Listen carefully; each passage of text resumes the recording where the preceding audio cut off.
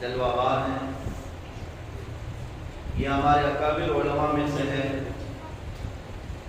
اللہ تعالیٰ ان کی خدمتوں کو قبول فرمائے۔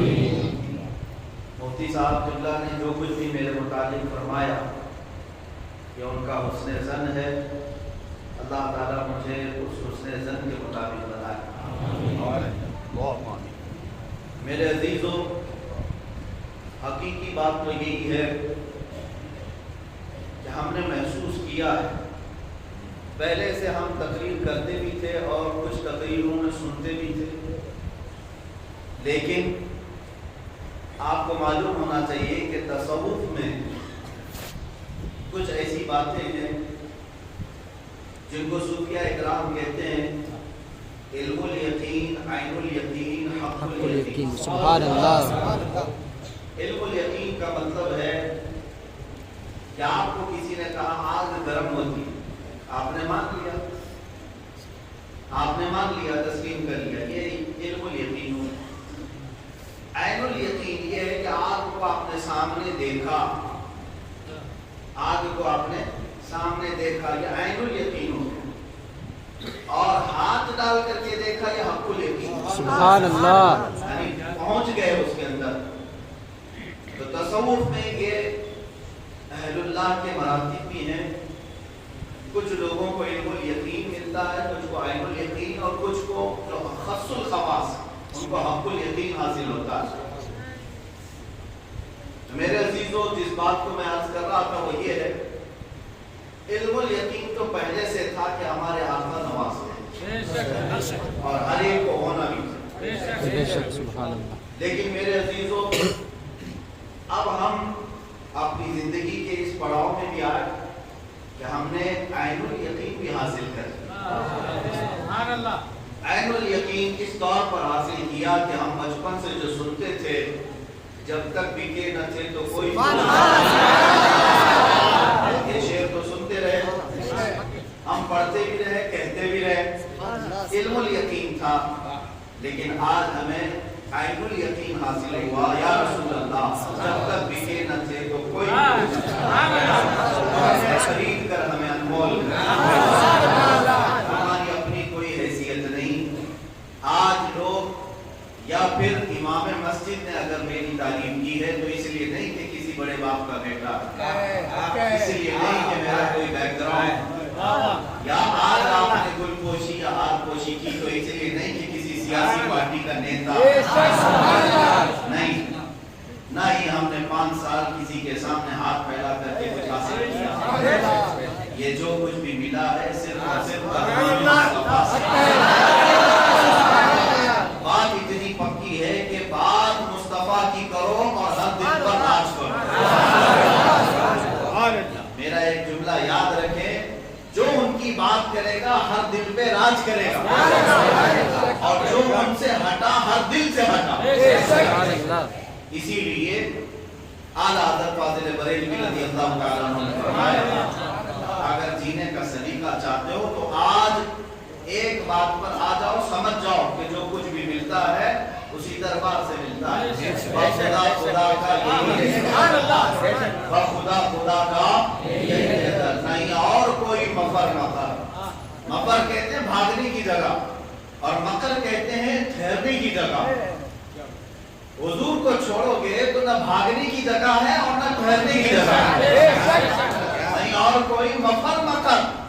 مفر کہتے ہیں بھاگنے کی جگہ بھی نہیں، کہاں بھاگو گے، ان کو چھوڑ کر کہاں جاؤ گے؟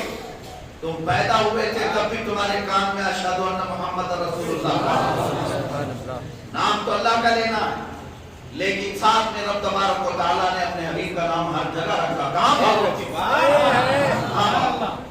بچوں کے کانوں میں بھی ہم نے اذانیں دی۔ بچہ جب شعور والا ہونے کے قریب تھا اور جب اس نے پہلے مسجد کی طرف قدم رکھا تو اذان دینے والے نے بھی اللہ کے نام کے ساتھ نبی کا نام بھی پکارا۔ عبادت کس کی کرنی تھی؟ اللہ کی کرنی تھی، لیکن مؤذن اشہد ان محمد رسول اللہ بھی کہہ رہا، نبی کا نام ہے۔ اور پھر اندر آئے، نماز کے لیے کھڑا ہونا ہے، سجدہ رب کا کرنا ہے، اقامت میں پھر نبی کی گواہی کی جائے، پھر رسول پاک کا تذکرہ آ ہی رہا ہے۔ یہ تو نہ سے پہلے کی بات ہے، سلام اس وقت تک نہیں پھیرو گے جب تک انہیں سلام نہیں کرو گے۔ سبحان اللہ۔ جب تک انہیں سلام نہیں کرو گے السلام علیکم ایھا النبی، اس وقت تک تو تمہارا سلام بھی کمپلیٹ نہیں ہو سکتا، نماز بھی نہیں اور کوئی مفر مقصد، نہ بھاگنے کی جگہ ہے نہ ٹھہرنے کی جگہ ہے۔ یہ تو نمازوں کا حال تھا، ہماری شادیوں میں بھی نکاح کا خطبہ اس وقت تک کمپلیٹ نہیں ہوتا جب تک ان پر درود نہیں بھیجا۔ میرے عزیز، زندگی کے ہر گوشے میں رب تبارک و تعالیٰ نے اپنے نبی کا نام قائم رکھا ہے، اسی لیے فاضل بریلوی نے فرمایا ذکر خدا جو ان سے جدا چاہو نجدیوں۔ سبحان اللہ۔ تم اللہ کا ذکر کرنا چاہتے ہو، ذکر خدا ان سے جدا چاہو نجدیوں، واللہ ذکر حق نہیں کنجی سقر کی ہے۔ سقر کہتے جہنم کو، اگر ان سے جدا ہو کر کوئی ذکر کرتے ہو، یہ ذکر خدا نہیں، یہ جہنم کی چابی ہے۔ واللہ ذکر حق نہیں کنجی سقر کی ہے۔ مرے ہم دنیا سے جا رہے تھے، تب بھی حکم یہ ہے شریعت کا، مردے کی آنکھوں پر ہاتھ رکھ کر یہ پڑھو بسم اللہ علی ملت رسول اللہ، اللہ کے نام سے اور رسول اللہ کی ملت پر میں اس کے آنکھیں بند کر رہا ہوں۔ دنیا میں آنکھیں کھلی تھی اس حبیب کے نام، آنکھیں بند ہو رہی اس حبیب کے نام۔ قبر میں رکھ کر کے سارے لوگ چلے آئے۔ اگر کوئی یہ سوچتا ہے کہ میں بھاگ گیا ان کے نام سے، فرشتے آ کر کے تیسرا سوال یہی کرتے ہیں ان کے بارے میں کیا کہتا تھا، ان کے بارے میں کیا کہتا تھا؟ غلام ہے رسول کے غلام ہے، غلام یہ رسول میں موت بھی قبول ہے، جو ہو نہ عشق مصطفیٰ تو زندگی فضول ہے۔ عزیزان گرامی، قبر میں بھی جانے کے بعد وہاں پر فرشتوں نے جو تیسرا سوال کیا وہ یہی کیا، وہ فرشتے یہ نہیں پوچھتے کس کیا کام کرتا تھا، سیٹھ صاحب کے بارے میں کیا کہتا تھا، اور جن کے پیچھے جھنڈا لے کے گھومتا تھا ان کے بارے میں کیا کہتا تھا۔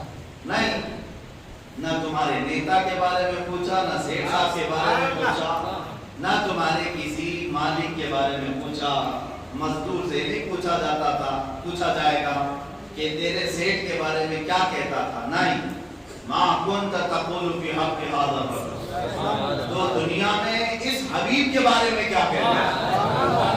آپ کی طلاق کو دیکھا جان دی، آپ کی طلاق کو دیکھا جان دی، قبر میں پہنچا تو دیکھا آپ۔ کہیں پر مفر مکر کی بات کر رہا ہوں، نہ بھاگنے کی جگہ ہے نہ ٹھہرنے کی جگہ ہے۔ قبر کے حالات، سوالات کمپلیٹ اس وقت تک نہیں ہوں گے جب تک یہ تیسرا سوال کا جواب نہیں دے گا۔ وہ قیامت تک اگر جواب نہیں دیتا تب تک وہ عذاب میں گرفتار رہے گا۔ عذاب میں نام مصطفیٰ کے بارے میں کیا کہتا تھا؟ میرے عزیزو، جس کو دنیا میں عادت ہوگی بریلی والے کی زبان کی ابتدا کر دیں، عاشقان مصطفیٰ کی جماعت میں بیٹھنے کی عادت ہوگی تو تیسرا سوال تو بات کی بات ہے۔ فرمایا گیا کہ یہاں دنیا میں جو بندہ اپنی زبان سے زیادہ کلمہ جس بات کا کرتا تھا، مرنے کے بعد جب قبر میں رکھا جائے فرشتے اٹھائیں گے وہی کلمہ وہ دہرا رہا۔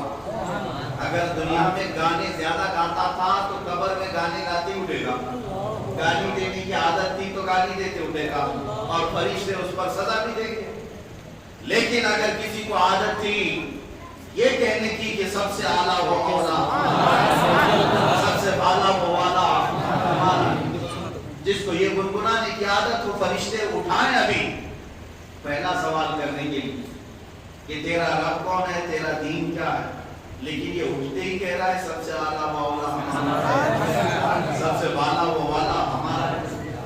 تو بزرگوں نے فرمایا جس نے مصطفیٰ کریم کا کلمہ پڑھتے قبر میں اٹھا، فرشتے یہ کہیں گے کہ ہمارے جو پہلے دو سوال تھے وہ نبی کے جواب پر پورے ہو چکے ہیں، اس لیے کہ نبی ہی دین ہے اور نبی ہی خدا کا پتہ بھی۔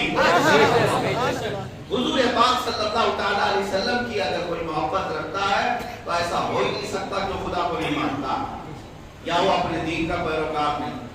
اسی لیے تو اقبال نے کہا لوح بھی تو قلم بھی تو تیرا وجود الکتاب، لوح بھی تو قلم بھی تو اور تیرا وجود الکتاب. دوسری جگہ اقبال کہتا ہے وہی قرآن وہی فرقان وہی یاسین وہی کا.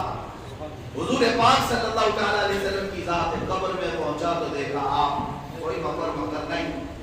پھر برسوں کے بعد سور پھونک کر کے فرشتوں نے اٹھایا, محشر کے میدان میں پہنچے تو یہاں تو دیکھیں حساب کتاب تو اللہ کو لینا ہے, لیکن مخلوق گھوم رہی ہے نبیوں کے پاس.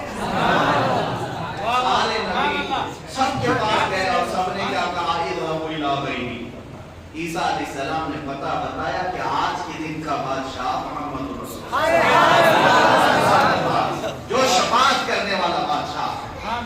ساری مخلوق وہاں آئی, پتہ چلا وہاں پر بھی بھاگنے کی جگہ نہیں, وہاں پر بھی ان کو چھوڑ کر کے کوئی جگہ نہیں ہے. میرے مصطفیٰ کریم کے پاس آئے تو میرے آقا نے فرمایا انا لہا, آج میں اسی کے لیے تو بیٹھا. شفاعت فرمائی اور غلاموں کی شفاعت کے بعد جنت میں چلے گئے.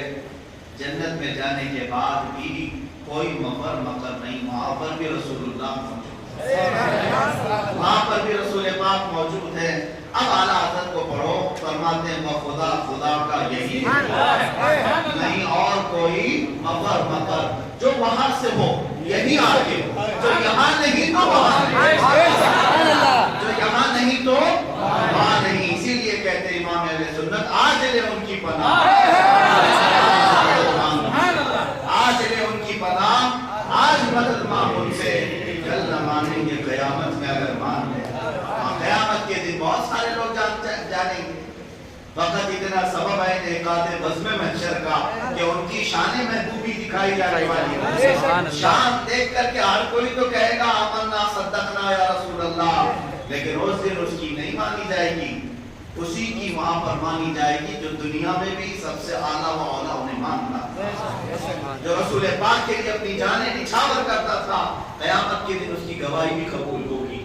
عزیزان گرامی وقات, بات میں اب جو کرنا چاہتا تھا وہ یہ ہے کہ رسول پاک صلی اللہ تعالیٰ علیہ وسلم کی میلاد آتے ہی ہر جگہ جو محافل کا انعقاد